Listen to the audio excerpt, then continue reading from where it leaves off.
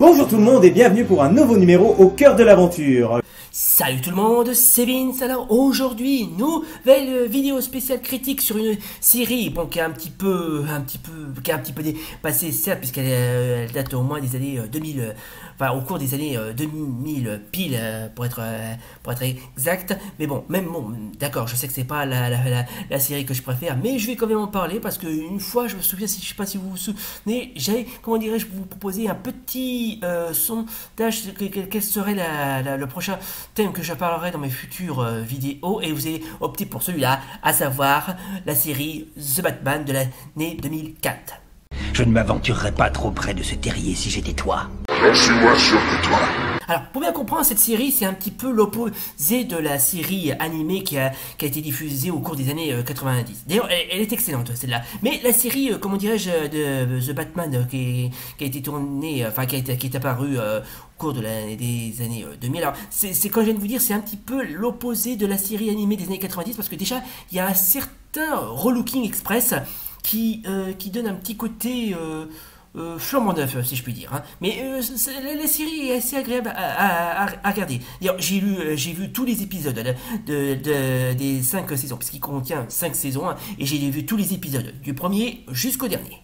Pas mal si t'as l'intention de t'attaquer seulement aux vieilles dames. Alors, The Batman est une série d'animation des années 2000 inspirée des aventures de l'univers du célèbre héros de comics de chez DC Comics, qui est Batman, mais bon, vous savez certainement déjà. Elle met en scène Bruce Wayne qui, de 3 ans, endosse chaque nuit le costume de Batman pour faire régner la justice sur Gotham City, pour ce qui est tout à fait logique. 12 ans après la série culte Batman TAS, ou Batman la série animée, ça dépend comment on l'appelle, plutôt... TAS, ça dépend comment on l'abrégé, bref, vous savez de qui je veux parler. Cette nouvelle série met à nouveau en vedette le Chevalier Noir. Cette production veut totalement indépendante des précédentes séries animées en termes de continuité. Elle ne fait donc pas partie du DC Animated Universe de Bruce Timm.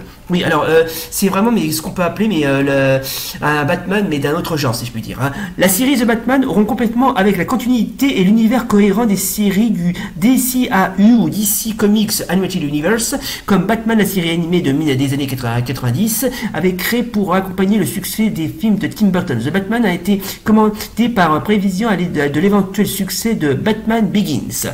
Le film avec Christian Bale rompt avec la continuité des 4 films réalisés entre 1989 et 1997 et raconte sous un autre angle les origines du justicier de Gotham. The Batman fait la même chose et rompt donc avec l'univers de Bruce Timm, dont le glas n'a pas tout autant sonné, s'accordant aussi au gros écart par rapport à la bande dessinée originale, que ce soit au niveau graphique ou au niveau de l'histoire.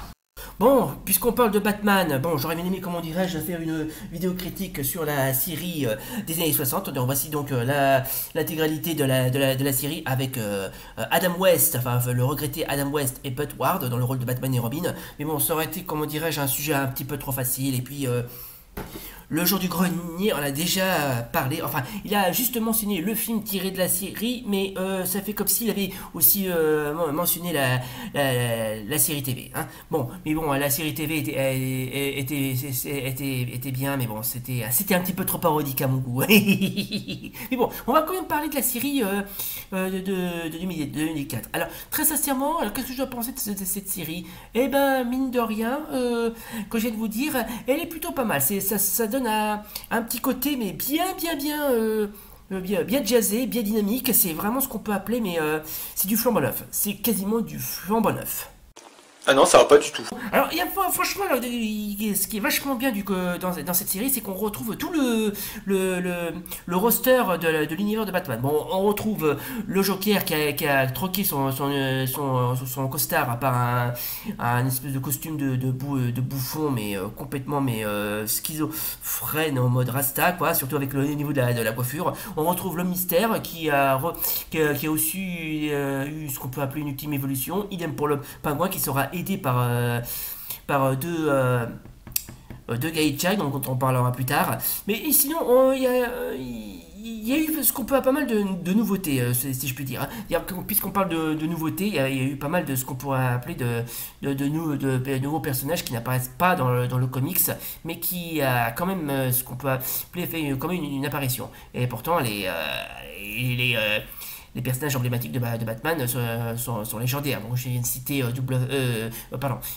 Joker, le Pingouin, l'Homme Mystère qui s'appellera le Sphinx, Mr. Freeze, Catwoman, Clayface, enfin Gueule d'Argile, Man-Bat, l'histoire d'un savant fou qui s'est transformé en homme chauve-souris, hein, et qu'on a longtemps cru que c'était Batman. On retrouve Harley Quinn.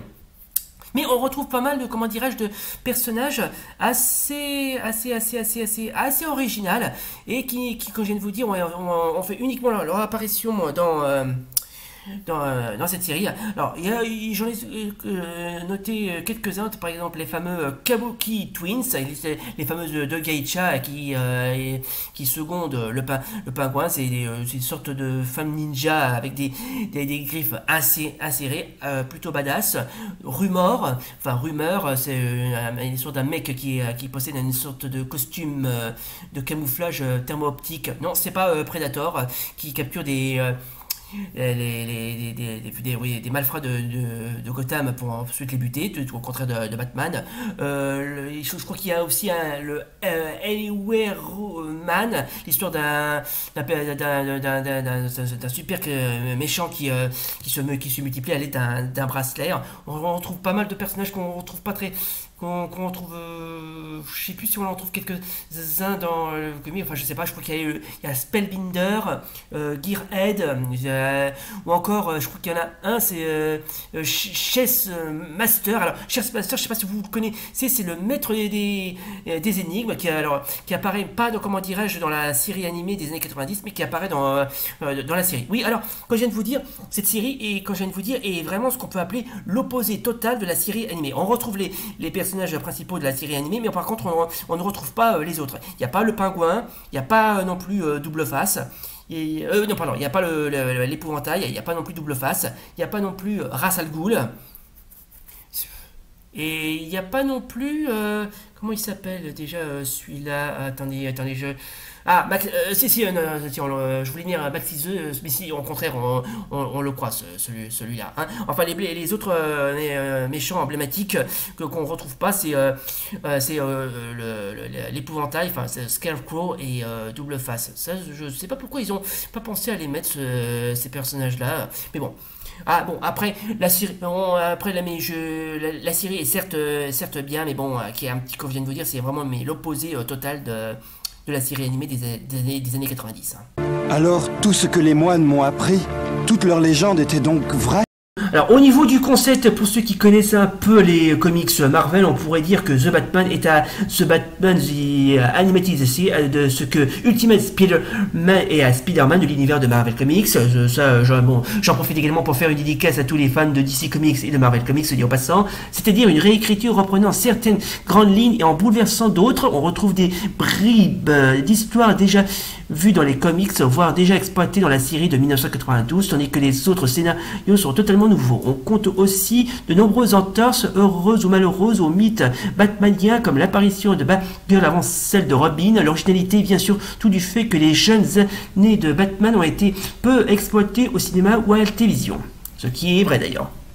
Avec un design très particulier, presque outrancier par moments, The Batman surprend visiblement l'animation, les décors, les effets spéciaux sont de toute beauté, mais le design des personnages, parfois le public, certains le trouvent très innovateur, d'autres le jugent iconoclaste ou ridicule. Bon, ce qui n'est pas tout à fait vrai d'ailleurs, plus que les séries de Bruce Timm qui ont eu bien sûr d'autres séries de chez DC Comics, notamment la série animée Batman, c'est le Superman ou celle de la Ligue des Justiciers. The Batman est bridé par des contraintes d'audience et par la pression du fabricant de jouets de chez Mattel qui veut absolument voir apparaître ses figurines et cachées dans les épisodes, même si ce doit être au détriment de l'histoire. Il en résulte une série inégale alternant de très bons épisodes, d'autres trop légers, trop axés sur le fun. Pourtant, les scénaristes de la série sont loin d'être des manchots. On retrouve d'ailleurs parmi eux Greg Weisman, créateur de la série Gargoyles, qui est un petit peu la série, une série qui a été produite par les studios Disney, qui en réponse de la série Batman, de la série animée Batman. D'ailleurs, c'est vraiment ce qu'on peut appeler Batman, la série animée en mode Disney, si je puis dire, mettant en scène des gargouilles. et futur responsable de Spectaculaire Spider-Man, et Edouard Capizzi, aussi superviseur des scénarios, qui écrira le superbe film vidéo Batman contre Dracula. Ah oui, il y avait aussi, comment dirais-je, une sorte de film qui est plus une sorte de téléfilm où Batman affronte Dracula. Ça, je vous en parlerai tout à l'heure si vous voulez. Un film en rupture avec la série tant le ton est adulte et l'ambiance lugubre. Ce qui est vrai d'ailleurs. Dès la 4e saison, les scénaristes semblent vouloir se détacher des contraintes commerciales et se dirigent vers les scénarios plus adéquats avec ses attentes. Dans les fans du justicier masqué, la qualité est enfin au rendez-vous, les histoires deviennent accrocheuses, les dialogues ne sonnent plus creux, les personnages acquis une véritable psychologie. Bref, la série évolue initialement, offrant même une 5e saison inattendue, multipliant les guest stars comme Superman, Green Lantern, Flash, ainsi que le Martien ou encore Hawkman. D'autres surprises? Mais sinon, il y a quand même un petit détail qui m'a un petit peu impressionné. C'est dans un épisode où le Joker devient titanesque après avoir absorbé le venin de Bane. Next up, Jim, we have a new sporting event. Voilà, exactement, et qui a été repris dans une scène du jeu Batman Arkham Asylum. Who else wants to get crazy? Bon, vous croyez aux coïncidences, oui ou non?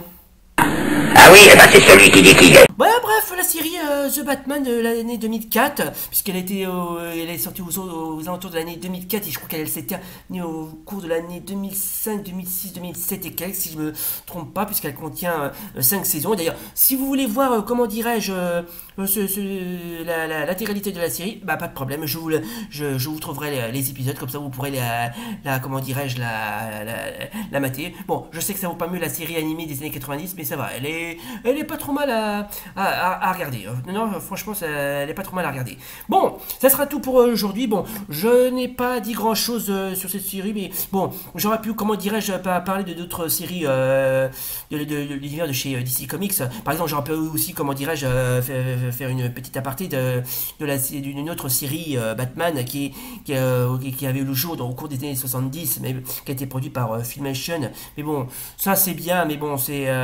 un peu comme la série Batman, la série TV des années 60, en plus que les personnages qui ont doublé les deux doubleurs qui ont doublé les Batman et Robin, c'est Adam West et Burt Ward, comme quoi le hasard fait bien les choses. Bon, j'aurais pu aussi parler d'autres séries emblématiques de chez DC Comics, par exemple la fameuse série de Superman de l'année 1988. Bon, ça c'est bien, mais bon, c'est loin d'être aussi fameux, mais bon, si vous voulez, mais il faut y voir pour y croire, hein. Donc si vous voulez regarder, je mettrai les liens en bas, la description, comme ça vous pourrez aller voir cette série et les autres. Encore faut-il que vous soyez un grand fan de l'univers de chez DC Comics. Voilà, donc ça sera tout pour aujourd'hui. C'était donc notre vidéo spéciale critique sur la série Batman, The Batman de la série animée de la période 2004. Si ça vous a plu, si comme d'hab, n'oubliez pas le pouce bleu et l'abonnement. Et d'ici là, salut et rendez-vous pour de prochaines vidéos. Bye. À bientôt. Oh, et puis tant que j'y pense, j'aimerais